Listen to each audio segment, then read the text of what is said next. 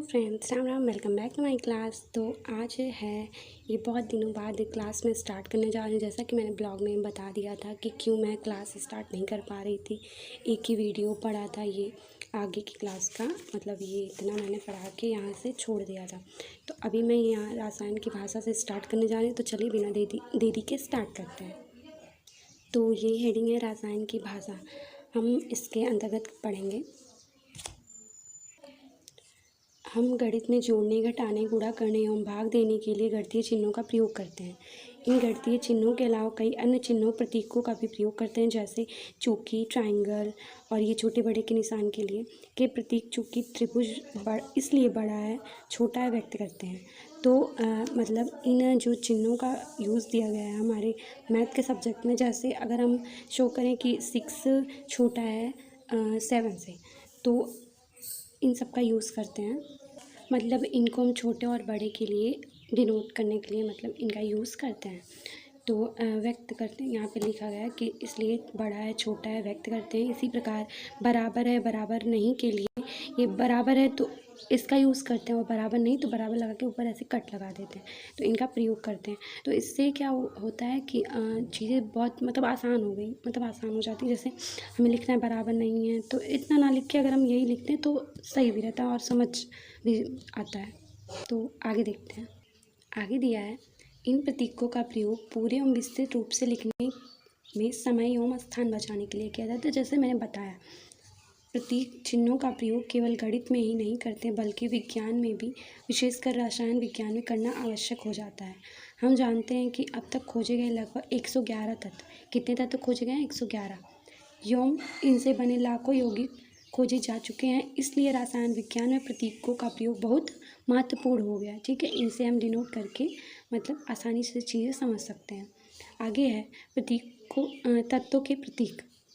यूनान के लोगों ने कुछ तत्वों के लिए प्रतीक का प्रयोग सर्वप्रथम किया था। 1808 ईस्वी में अंग्रेज रासायनिक जॉन डाल्टन ने सभी तत्वों के संकेत वृत्ताकार रखने का सुझाव दिया। किसने सुझाव दिया था? डाल्टन ने। ठीक है, उन्होंने विभिन्न तत्वों के संकेत वृत्त के अंदर अलग अलग निशान लगाकर बनाए। डाल्टन द्वारा कुछ तत्वों के संकेत प्रस्तावित किए गए हैं जो चित्र 3.4 में दिए गए। यहाँ पे जैसे दिखाया गया, इनको डिनोट किया गया। इन जितने भी एलिमेंट्स थे उनको सर्कल में डिनोट करके दिखाया गया। जैसे सिल्वर के लिए एस करके ये क्या बोलते हैं, सर्कल में एस लिख के, और यहाँ पे ये सिल्वर है डिनोट किया गया। उसी तरीके से लेड सीसा के लिए एल डिनोट करके सर्कल किया गया। तो इसी तरह से गोल्ड के लिए जी। तो ये सब है। तो डाल्टन ने इनको सर्कल में रखने का सुझाव दिया था। और इसके आगे देखते हैं। इसके पश्चात स्वीडन के जे वर्जीलियस ने सबसे पहले यह सुझाव दिया कि तत्व के नाम का पहला अक्षर उसका प्रतीक माना जाएगा। ठीक है, उसी समय अनेक वैज्ञानिकों ने इस सुझाव का कड़ा विरोध किया। जब कोई भी साइंटिस्ट कोई कार्य करते थे, कोई भी चीज़ें स्टार्ट करते थे, तो उसमें बहुत से लोगों का विरोध होता था। मतलब उनके लिए जो है सब उसको मानने से इनकार करते थे। पर आगे अगर चीज़ें सही रहती थी तो उनको सबको मानना ही पड़ता था। तो इसी तरीके से उनका भी कड़ा विरोध हुआ। तो किंतु 100 वर्ष बाद उनके सुझाव को सबको मान्यता प्राप्त हुई, सबकी मान्यता प्राप्त हुई। 100 वर्षों के बाद मतलब सभी ने उनकी जो चीज़ें हैं उनको स्वीकार कर लिया, एक्सेप्ट कर लिया। इस प्रकार अब प्रत्येक तत्व को अंग्रेजी वर्णमाला के 1 अथवा 2 अक्षरों से दर्शाया जाता है। अधिकांशतः तत्वों के अंग्रेजी नाम के पहले अक्षर को उसका प्रतीक माना गया। हाइड्रोजन के लिए H, सल्फर के लिए S, ऑक्सीजन के लिए O तथा कार्बन के लिए C प्रतीक निर्धारित किया गया। ठीक है, एक ही अक्षर से नाम प्रारंभ होने वाले 2 या 2 से अधिक तत्वों के लिए प्रतीक निर्धारण हेतु एक तत्व के लिए पहला अक्षर प्रतीक निर्धारित कर बाकी के लिए पहले अक्षर के साथ एक और अक्षर जोड़कर उसका प्रतीक निर्धारित किया गया है। ऐसी स्थिति में पहला अक्षर दीर्घ मतलब कैपिटल में होगा, बड़ा होगा, तथा दूसरा लघु स्मॉल में होगा, मतलब कैपिटल लेटर होगा। तो कुछ तत्वों के लिए प्रतीक उनके लैटिन भाषा के नाम के आधार पर तय किए गए हैं। आइए कुछ तत्वों के संकेतों को जानें। इसी मतलब तालिका में हम देखते हैं कि कैसे जो है जो एलिमेंट्स हैं उनको डिनोट करने के लिए कौन से सिंबल, कौन सी अल्फ़ाबेट मतलब दिए गए हैं, जिससे हम पहचान सकते हैं कि ये एलिमेंट्स हैं। तो देखते हैं यहाँ पे। तत्व का अंग्रेजी नाम। तो यहाँ पे मतलब एक सिंबल से, जैसे एक अंग्रेजी के यहाँ पे जैसे हमने पढ़ा ना कि अंग्रेजी के पहले अक्षर से उसका प्रतीक माना जाता है, तो यहाँ पे देखो हाइड्रोजन के लिए H, कार्बन के लिए C, फ्लोरीन के लिए F, नाइट्रोजन के लिए N, फॉस्फोरस के लिए P, सल्फर के लिए S, एल्यूमिनियम के लिए AL है। एल्यूमिनियम के लिए यहाँ पे जैसे हमने पढ़ा पहला अक्षर कैपिटल होगा, दूसरा अक्षर स्मॉल होगा, तो एल्यूमिनियम के लिए AL है और आर्गन के लिए AR। उसी तरीके से यहाँ पे ब्रोमीन के लिए Br, कैल्शियम के लिए Ca, क्लोरीन के लिए Cl, कोबाल्ट के लिए Co, हीलियम के लिए He, मैग्नीशियम के लिए Mg, नियॉन के लिए N, सिलिकॉन के लिए Si। तो इससे डिनोट करते हैं, देखिए आप सब ध्यान से देखिए और इसको याद करना रहता है, ठीक है। तो अब आगे देखते हैं, यहाँ पे है कुछ तत्वों के प्रतीक उनके लैटिन नामों से लिए गए हैं। इनमें कुछ तत्व 3.2 तालिका में मतलब यहाँ टेबल में दिए गए हैं। तो देखते हैं जो मतलब लैटिन नामों से लिए गए हैं उनको। तो यहाँ एलिमेंट के अंग्रेजी नाम है तत्व के, और यहाँ उनके लैटिन नेम है, और उनके जो संकेत प्रतीक है सिंबल है उनको यहाँ पे दिया गया है। तो sodium and copper, iron, potassium, silver, gold, पारा, इतनी चीज़ें दी गई हैं जिनका लैटिन नाम क्या है। सोडियम का है नोट्रियम, और सोडियम का जो सिंबल होता है Na होता है। कॉपर का क्यूप्रम और सिंबल है Cu। आयरन का फेरम एंड आयरन का सिंबल है Fe। पोटेशियम का कैलियम और सिंबल है पोटेशियम का K। सिल्वर का अर्जेंटम Ag उसका सिंबल है। एंड गोल्ड का ऑरम है, उसका सिंबल Au है। एंड पारा के लिए जिसको मरकरी बोलते हैं उसका हाइड्रो एर्गाइरम है, जिसका सिंबल है Hg। ओके, तो इसको अच्छी तरीके से आप लोग याद कर लीजिएगा। एंड आगे पढ़ेंगे हम प्रतीक का महत्व क्या है, एलिमेंट्स का जो सिंबल के जो इम्पोर्टेंट्स हैं वो क्या है। तो किसी तत्व का संकेत निम्नलिखित सूचनाओं को भी व्यक्त करता है। तत्व का नाम और तत्व का एक परमाणु। इस प्रकार प्रतीक H हाइड्रोजन तत्व को तथा हाइड्रोजन के एक परमाणु को व्यक्त करता है। मतलब हाइड्रोजन जैसे तो इसके परमाणु कितने, एक ही हैं। अगर जैसे हम ले लें किसी के परमाणु, जैसे पीछे हमने पढ़ा था कि नहीं, जैसे यहाँ पे अभी आगे हम लोग देखेंगे कि अगर हाइड्रोजन के दो परमाणु हैं तो वहाँ पे 2 रहेगा, तो ऐसे। अब देखते हैं रासायनिक सूत्र, केमिकल फॉर्मूला। तत्वों के अणु में एक ही प्रकार के परमाणु होते हैं। कुछ अणुओं में 2 परमाणु, कुछ में 3 तथा कुछ में 3 से अधिक परमाणु होते हैं। इन सब बातों को ध्यान से सुनिए आप लोग। दूसरी ओर एक यौगिक का अणु विभिन्न तत्वों के परमाणुओं से मिलकर बना है। तत्व अथवा यौगिक के अणुसूत्रों को उनमें उपस्थित विभिन्न परमाणुओं को उनके प्रतीक के रूप में लिखते हैं। इस प्रकार के परमाणुवीय प्रतीक के समूह को रासायनिक सूत्र कहते हैं। तो हम इसको समझें। अब आगे देखते हैं तत्व का अणुसूत्र। तत्व के अणुसूत्र को दर्शाने के लिए जानना आवश्यक होता है कि उस तत्व का एक अणु कितने परमाणुओं से मिलकर बना। जैसे हाइड्रोजन का एक अणु 2 हाइड्रोजन परमाणु से मिलकर बना है, अतः हाइड्रोजन के अणु को उसके प्रतीक H का प्रयोग H2 द्वारा दर्शाया जाता है। हाइड्रोजन के जो एक अणु है वो हाइड्रोजन के 2 परमाणु से मिलकर बने हैं, तो यहाँ पे उसका कैसे डिनोट किया जाता है, H2। तो किसी तत्व के अणु को दर्शाने वाले उसके परमाणुवीय प्रतीक के समूह को तत्व का अणुसूत्र या संक्षेप में सूत्र कहते हैं। जैसे हम यहाँ आगे देखते हैं, ऑक्सीजन, नाइट्रोजन, क्लोरीन, ब्रोमीन तथा आयोडीन आदि ऐसे तत्व हैं जिनके एक अणु में हाइड्रोजन समान ही 2 परमाणु होते हैं। मतलब जैसे देखो यहाँ पे तथा उनके अणु को क्रमशः O2, N2 नाइट्रोजन के लिए, क्लोरीन के लिए Cl2, Br2 तथा I2 द्वारा दर्शाया जाता है। तो ये सब क्या हैं, इनके 2 परमाणु हैं और ये इनके अणुसूत्र हैं। फास्फोरस तथा सल्फर के एक अणु में क्रमशः 4 और 8 होते हैं, ठीक है। अतः इनके एक अणु को P4 फास्फोरस के लिए एंड सल्फर के लिए S1 द्वारा दर्शाते हैं। अधिकांश धातुएं परमाणुओं के समूह के रूप में रहती हैं, ठीक है। अतः इनके प्रतीक द्वारा ही दर्शाते हैं। और किसी तत्व के एक अणु में उपस्थित परमाणुओं की संख्या को उसकी परमाणुकता कहते हैं। यह तत्व के अणुसूत्र लिखने में उसके प्रतीक के दाईं ओर नीचे लिखी संख्या द्वारा दर्शाती है। हाइड्रोजन H2, नाइट्रोजन N2 की परमाणुकता 2 है। तो यहाँ पे आप लोगों ने समझा जो इसके नीचे लिखा रहेगा वो उसकी क्या है, परमाणुकता है। अब यौगिक का अणुसूत्र देखते हैं। हम जानते हैं कि 2 या 2 से अधिक तत्व मिलकर यौगिक बनाते हैं।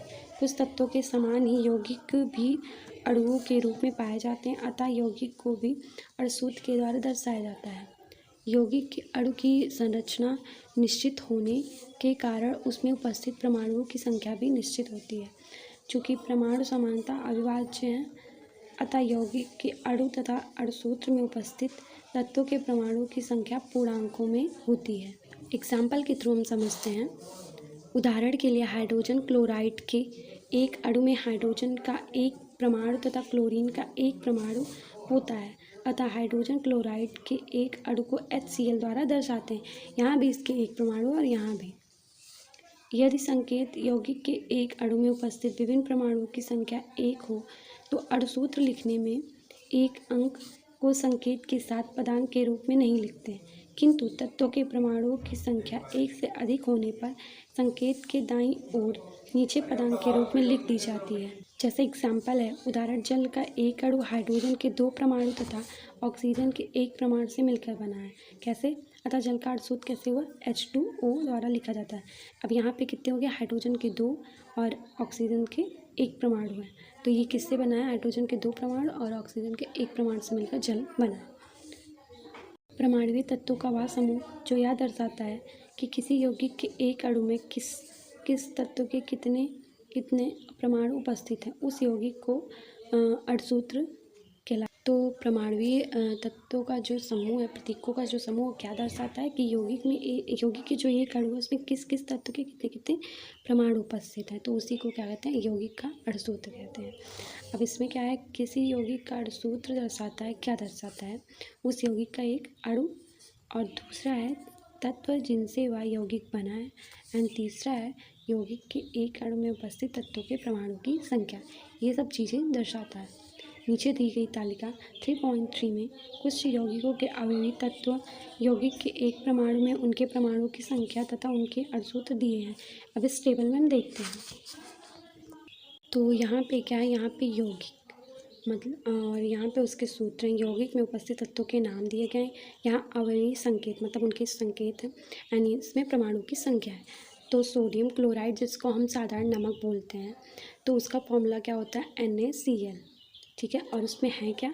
एक तो सोडियम है, दूसरा क्या है? क्लोरीन। तो सोडियम एंड क्लोरीन, सोडियम भी एक परमाणु है इसकी संख्या, और क्लोरीन में भी एक ही है। अब कार्बन डाइऑक्साइड को हम ले लेते हैं, जिसका फॉर्मूला होता है CO2। इसमें कार्बन एंड ऑक्सीजन होते हैं। यहाँ पे देखिए, आप सिंबल जानते हैं ना, C से कार्बन, O का ऑक्सीजन होता है। तो उसी तरह से तो कार्बन कितने? 1, और ऑक्सीजन कितने? 2, क्योंकि यहाँ पे O2 लिखा गया है। एंड सल्फ्यूरिक अम्ल, जिसको हम गंधक का अम्ल बोलते हैं, उसका होता है फॉर्मूला H2SO4। इसमें हाइड्रोजन है, सल्फर है, और क्या है? ऑक्सीजन है। तो इसमें ऐसे ही देख के आप समझ जाओगे परमाणु की संख्या कितनी है। हाइड्रोजन कितना है? 2 है। सल्फर कितना है? 1 है।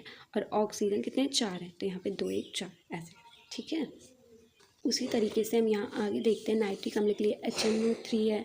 ये पेन से थोड़ा ख़राब हो गया है, बच्चों ने कर दिया है, तो यहाँ पे HNO3 होगा। जैसे यहाँ पे हम समझते हैं हाइड्रोजन 1 है, नाइट्रोजन है 1 है, एंड O कितने हैं? मतलब ऑक्सीजन कितने हैं? 3 हैं। तो यहाँ पे देखो HNO3। और कैल्शियम कार्बोनेट का फॉर्मूला होता है CaCO3।